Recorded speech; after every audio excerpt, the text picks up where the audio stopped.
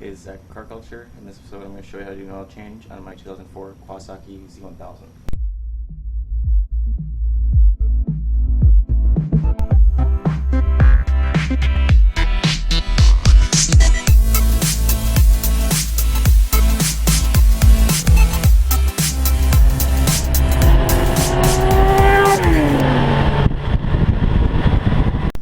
Alright, to do an oil change on a bike, it's pretty easy.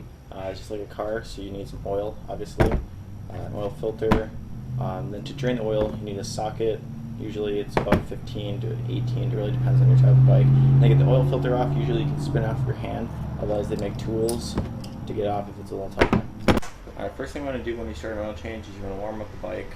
My bike has been warmed because I've been driving it to get the oil and all the supplies, so it should be good. But if it's been sitting for a while, let it warm up for like a minute or two. This will just help the oil drain faster and get as much out as possible. Alright, so now we start the oil change. The first thing you want to do is you want to get an oil pan. Usually want a clean one so you can see the conditioned oil when it comes out, but I know the condition of the oil, so I'm just going to be okay with that. The next thing to do is to get your drain plugs loosened. When you drain the oil, do the drain plug first, since that's going to be where the majority of the oil is going to come out, and then once that's pretty slow, you can take the filter off then, just to control the oil flow. So first things first, undo the drain plug. Take off the oil drain plug. On the Z1000 specifically, they're one of the lowest bolts on the oil pan. So just take your 17mm and break it loose. I already have it pre-broken off. If you have your engine running for a while, this is going to be very hot, so I'd use a glove or a towel or something just so it doesn't burn your hand. And there we go. See, the oil is very liquefied because of the heat. That's why I said warm it up. It's recommended just so that it comes out a little easier. Now while you're letting the oil drain, now you can take your time to look at the oil drain plug. There's two parts of it. There's a drain plug, obviously, and then there's a gasket. This gasket is called a crush washer. As you can see, there's kind of an indent there. That's where it crushes. I usually want to replace these, but this one's pretty good so far, so I'm going to reuse it. Now that you can see the oil is dripping out pretty slowly, now we can move on to the oil filter. On this specific model, there's an oil filter, which is just like a car oil filter. It's a screw on. It goes right in front of the engine bay. This one you just screw off and then let the oil drain out.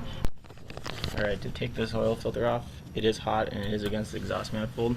So once again, I would take a towel, see if you can just twist it off. But since these ones are kind of hard to get off, this is where an oil filter wrench comes in handy.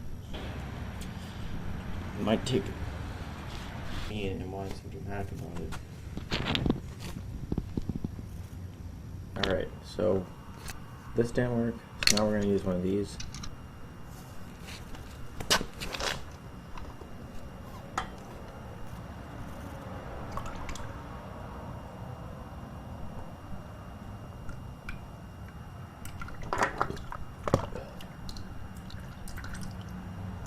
To compare the old filter to the new filter.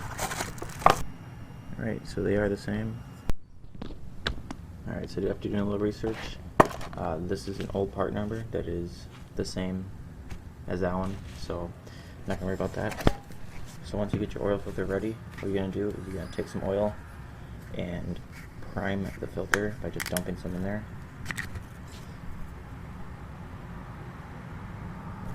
That should do. Just let that soak in there and make it so that the filter doesn't run dry. You can take that and lube the new gasket. Alright, when installing the new one, what you're going to do is you're going to take a rag and clean off the surface as well as the threads as best you can, and then put it on in there. Make sure you don't cross thread them. And then when you tighten the filter, get as tight as you can on your hand. What I usually do is back it up just a little bit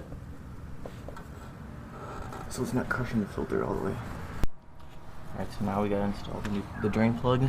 Now this is where you'd want to put your new crush washer on, but I'm going to use the same one. Make sure you tighten it by hand so you don't cross thread it. Get as close as you can. And tighten it. Decent enough, but not too tight. So that's probably good right there. But for now, we're going to take this off. If you can't get this off for some reason, the best thing to do is put a rag over that and use a pliers and just twist it off so you don't scratch it up. So for oil capacities, there is some, like on the Z1000, oil capacities, and they show in liters. Filter not removed is at 3.1 liters, filter removed is 3.3, and completely dry is 3.8. So in this situation, it's going to be 3.3 quarts.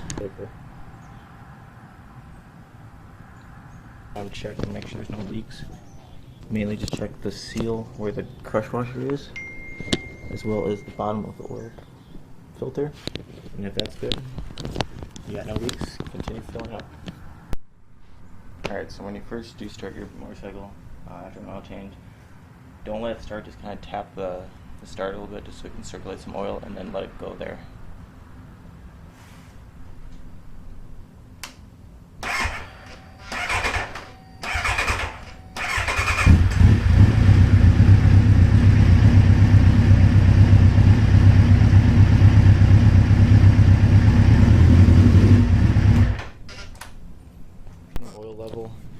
On this specific bike, you're going to want to bring it up off the kickstand, and then you're going to check the level in between these two lines.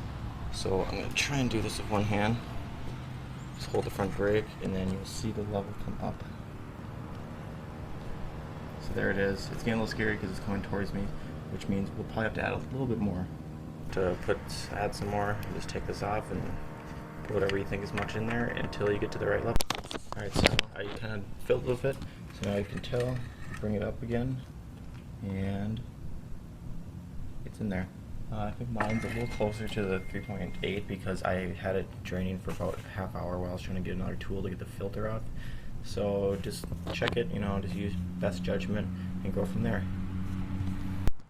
So that's how you do an oil change on a motorcycle. Next thing to do actually is to take it on a test drive. Take it slow just because it is a little dry up there in the top end of the motor. Make sure you just notice that there's no oil pressure lights coming on. Make sure oil pressure is at where it's supposed to be. And then once you come back, check the level, add some more if you need to. If not, go for more rides. Thanks for watching Car Culture. If you have any more suggestions on videos, please let us know. Third gear, we're going to 6.5 inches.